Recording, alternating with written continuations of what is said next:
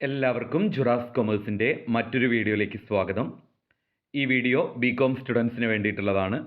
ഈ വീഡിയോയിൽ corporate accounting module 3-ലെ അക്കൗണ്ട്സ് ഓഫ് ലൈഫ് ഇൻഷുറൻസ് കമ്പനീസിലെ 5 mark theory questions and answers ആണ് ഡിസ്കസ് ചെയ്യുന്നത്. പ്രീവിയസ് ഇയറിൽ ചോദിച്ചിട്ടുള്ളതും ഈ മൊഡ്യൂളുമായിട്ട് റിലേറ്റ് ചെയ്യുന്നതുമായിട്ടുള്ള 5 മാർക്ക് ക്വസ്റ്റ്യൻസും അതിൻ്റെ ആൻസേഴ്സുമാണ് ഉൾപ്പെടുത്തിയിട്ടുള്ളത്. What is valuation balance sheet? Draw a format of valuation balance sheet. Valuation balance sheet എന്താണ്, അതിൻ്റെ ഒരു ഫോർമാറ്റും കൂടെയാണ്. വളരെ സിമ്പിൾ ആയിട്ടുള്ള ഒരു ക്വസ്റ്റ്യൻ ആണ്. ഒന്നും എഴുതാതെ, അതായത് 1-2 ലൈനേ എഴുതാനുള്ളൂ ഇത് ഫോർമാറ്റ് ആണെങ്കിലും. Valuation balance sheet is a statement prepared to find out excess of life fund over net liability as per actuarial valuation is known as valuation balance sheet. Valuation balance sheet സ്ഥിരമായിട്ട് ചോദിക്കാറുണ്ട്.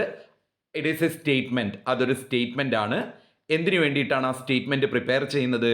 Prepare to find out excess of life fund excess over net liability. അപ്പോൾ excess of life fund over net liability as per actuarial valuation, അതിനെയാണ് valuation balance sheet എന്ന് പറയുന്നത്. അതിൻ്റെ format credit സൈഡിൽ life fund മാത്രമേ വരുള്ളൂ, ഡെബിറ്റ് സൈഡിൽ net ലാബിലിറ്റിയും അതുപോലെ അതിൻ്റെ ബാലൻസ് എമൗണ്ടായ സർപ്ലസും. ഇതാണ് വാല്യുവേഷൻ ബാലൻസ് ഷീറ്റിൻ്റെ ഫോർമാറ്റ്. നിങ്ങൾക്ക് ക്ലിയർ ആയിട്ടുണ്ടാവുമെന്ന് വിചാരിക്കുന്നു. വാല്യുവേഷൻ ബാലൻസ് ഷീറ്റ് തിയറി ഒന്ന് പഠിച്ചു വെക്കണം. ഇറ്റ് ഈസ് എ സ്റ്റേറ്റ്മെൻറ്റ്, അതൊരു സ്റ്റേറ്റ്മെൻ്റ് ആണ്. Prepare to find out excess of life fund ആ ഒരു ഫോർമാറ്റിൽ പറയുന്ന കാര്യമുണ്ടല്ലോ, അതിനെ നമ്മളൊരു വരിയായിട്ട് എഴുതുന്നു എന്നേ ഉള്ളൂ അതിൻ്റെ meaning. Excess of life fund over net liability as per actuarial valuation, അതിനെയാണ് വാല്യുവേഷൻ ബാലൻസ് ഷീറ്റ് എന്ന് പറയുന്നത്. ക്രെഡിറ്റ് സൈഡിൽ ലൈഫ് ഫണ്ട് ഓർത്ത് വെക്കണം, ലൈഫ് ഫണ്ട് മാത്രം. ഡെബിറ്റ് സൈഡിൽ നെറ്റ് ലാബിലിറ്റിയും സർപ്ലസും. What are the types of insurance? ഇൻഷുറൻസിൻ്റെ ടൈപ്പ് ചോദിക്കാനുള്ള ഒരു സാധ്യതയുണ്ട്.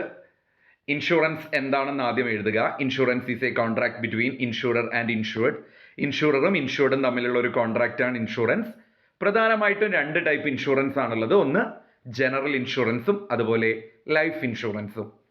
ജനറൽ ഇൻഷുറൻസ് എന്ന് പറഞ്ഞു കഴിഞ്ഞാൽ it is a type of insurance except life insurance. Life insurance അല്ലാത്ത എല്ലാ ഇൻഷുറൻസിനെയും നമ്മൾ എന്താണ് പറയുന്നത്? ജനറൽ ഇൻഷുറൻസ് എന്നാണ് പറയുന്നത്.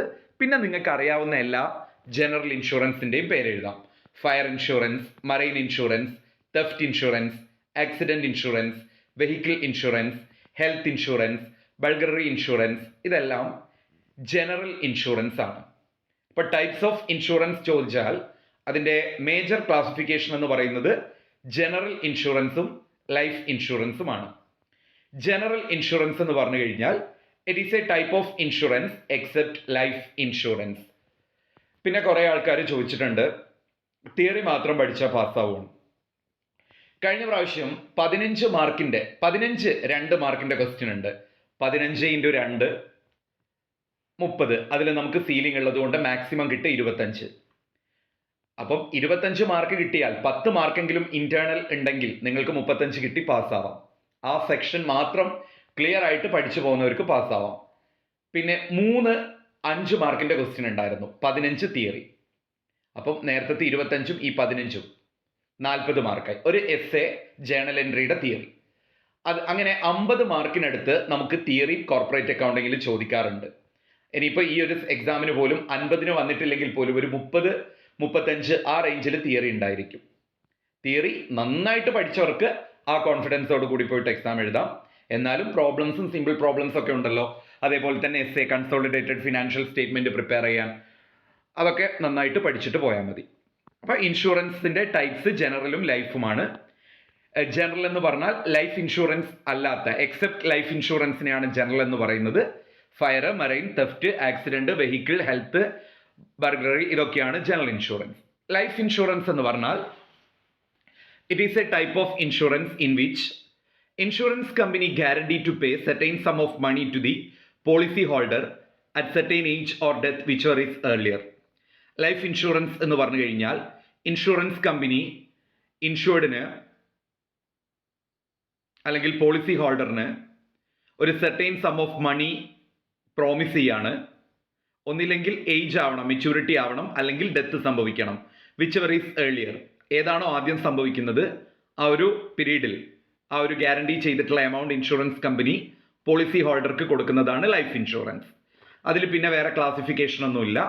ഇതാണ് ടൈപ്സ് ഓഫ് ഇൻഷുറൻസ്. ജസ്റ്റ് ഒന്ന് റിപ്പീറ്റ് ചെയ്യാം. ജനറലും ലൈഫും. ജനറൽ എന്ന് പറഞ്ഞാൽ ലൈഫ് അല്ലാത്ത എല്ലാം. Then distinguish general insurance and life insurance. General insurance ഒരു കോൺട്രാക്ട് ഓഫ് ഇൻഡംനിറ്റി ആണ്, നമുക്ക് തിരിച്ചു കൊടുക്കാം നഷ്ടം. ലൈഫ് ഇൻഷുറൻസ് എന്ന് പറയുന്നത് അതൊരു ഇൻവെസ്റ്റ്മെന്റ് മാത്രമാണ്. മരിച്ചുപോയ ഒരാളെ നമുക്ക് തിരിച്ചു കൊടുക്കാൻ ഇൻഷുറൻസിന് സാധിക്കില്ല. കോൺട്രാക്ട് ഓഫ് ഇൻഡംനിറ്റി ആണ് ജനറൽ ഇൻഷുറൻസ്. ലൈഫ് ഇൻഷുറൻസ് ഒരു കോൺട്രാക്ട് ഓഫ് ഇൻവെസ്റ്റ്മെന്റ് ആണ്. ജനറൽ ഇൻഷുറൻസ് ഒരു ഷോർട്ട് ടേം കോൺട്രാക്ട് ആണ്. ലൈഫ് ഇൻഷുറൻസ് ഒരു ലോങ് ടേം കോൺട്രാക്ട് ആണ്.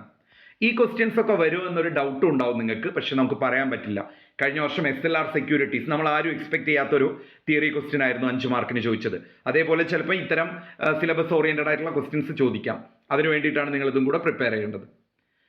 Then it cover life risk of a person. ഒരു വ്യക്തിയുടെ ലൈഫ് റിസ്ക് കവർ ചെയ്യുന്നുണ്ട് general insurance. Life insurance life risk cover ചെയ്യുന്നില്ല. General ഇൻഷുറൻസിന്റെ premium paid over the year, ഒരു ഇയറിൽ പേ ചെയ്യുന്നതായിരിക്കും. ലൈഫ് ഇൻഷുറൻസിൻ്റെത് ലംസമായിരിക്കും.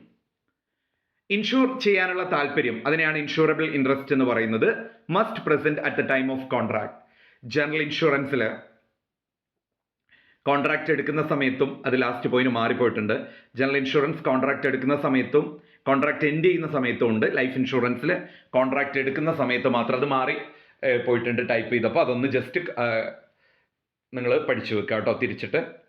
അതായത് ജനറൽ ഇൻഷുറൻസിൽ insurable interest must present at the time of contract and at the end of the contract. കോൺട്രാക്റ്റിൽ ആരംഭിക്കുമ്പോഴും അവസാനിക്കുമ്പോഴും ജനറൽ ഇൻഷുറൻസിൽ ഇൻഷുറബിൾ ഇൻട്രസ്റ്റ് ഉണ്ടാവും. ലൈഫ് ഇൻഷുറൻസിൽ കോൺട്രാക്ട് ആരംഭിക്കുമ്പോൾ മാത്രമേ ഉണ്ടായിരിക്കുള്ളൂ. Mention different kinds of life insurance policy. Life insurance എന്താണെന്ന് നമ്മൾ ഡിസ്കസ് ചെയ്തിട്ടുണ്ട്. Types: whole life policy, endowment policy, with profit policy, without profit policy, joint life policy, money back policy and children deferred insurance policy. Then അടുത്ത question ആണ്, how will you treat profit of A life insurance company? ഒരു life insurance കമ്പനിയുടെ profit എങ്ങനെയാണ് treat ചെയ്യുക എന്നുള്ളത്. അപ്പോൾ ഇതിൽ ഞാൻ 2 പോയിന്റാണ് കൊടുത്തത്. ഞാനത് ഡീറ്റെയിൽഡ് ആയിട്ട് പറഞ്ഞു തരാം. 95% ഓഫ് സർപ്ലസ് അല്ലെങ്കിൽ profit must distribute to policy holders in the form of bonus. Life insurance കമ്പനിയിൽ പ്രോഫിറ്റ് ഉണ്ടായാൽ ഓരോ പോളിസി ഹോൾഡേഴ്സിനും അവരുടെ സർപ്ലസിൻ്റെ അല്ലെങ്കിൽ പ്രോഫിറ്റിൻ്റെ 95% ബോണസ് ആയിട്ട് കൊടുക്കണം. ബാക്കി 5% utilised for such purpose determined by the central government. Central government എന്തെങ്കിലും ഒരു ആവശ്യം പറയുകയാണെങ്കിൽ ആ പർപ്പസിന് വേണ്ടിയിട്ട് ബാക്കി 5% യൂട്ടിലൈസ് ചെയ്യണം. അതാണ് ബേസിക് ആയിട്ട് പറയുന്ന പോയിന്റ്. 95% എന്ത് ചെയ്യണം? ബോണസ് ആയിട്ട് പോളിസി ഹോൾഡേഴ്സിന് കൊടുക്കണം. ബാക്കി 5% സെൻട്രൽ ഗവൺമെൻറ് പറയുന്ന ആ ഒരു കാര്യത്തിന് വേണ്ടിയിട്ട് കൊടുക്കണം. ഈ 2 പോയിന്റ് ഞാൻ മെയിൻ ആയിട്ട് പറഞ്ഞിട്ടുണ്ട്. അതിൻ്റെ കൂടെ തന്നെ നിങ്ങളൊരു കാര്യം കൂടെ ഓർത്ത് വെക്കുക. അതായത് ഈ പോയിന്റ്സ് എഴുതിയതിന് ശേഷം നിങ്ങൾക്ക് എഴുതാൻ പറ്റുന്നത് bonus payable to policy holders in respect with profit policies എന്ന് പറഞ്ഞിട്ട് നിങ്ങൾ എന്ത് ചെയ്യണം? സർപ്ലസിൽ നിന്ന് അക്ചോറിയൽ എക്സ്പെൻസസും അതുപോലെ തന്നെ ഡിവിഡൻറ്റും ലെസ് ചെയ്യുക. ഇൻ്ററിം ബോണസ് ആഡ് ചെയ്താൽ നെറ്റ് സർപ്ലസ് കിട്ടും. ആ ഒരു കാര്യവും കൂടെ നിങ്ങൾ അതിൻ്റെ കൂടെ എഴുതുക. അതാണ് ആൻസർ. ലാസ്റ്റ് പറഞ്ഞതൊന്നുകൂടെ പറയാം. സർപ്ലസ്, അതിൻ്റെ കൂടെ ഒരു ഫോർമാറ്റ് പോലെ വരച്ചാൽ മതി ഇതിൻ്റെ ആൻസറായിട്ട്. സർപ്ലസ്, അതിൽ നിന്ന് ആക്ച്വറിയൽ എക്സ്പെൻസസ് ലെസ് ചെയ്യുക, ഡിവിഡൻറ്റും ലെസ് ചെയ്യുക. അതിൻ്റെ കൂടെ ഇൻ്ററിം ബോണസ് പെയ്ഡ് ആഡ് ചെയ്യുക. അപ്പോൾ കിട്ടുന്ന ആൻസർ ആയിരിക്കും നെറ്റ് സർപ്ലസ്. Thank you.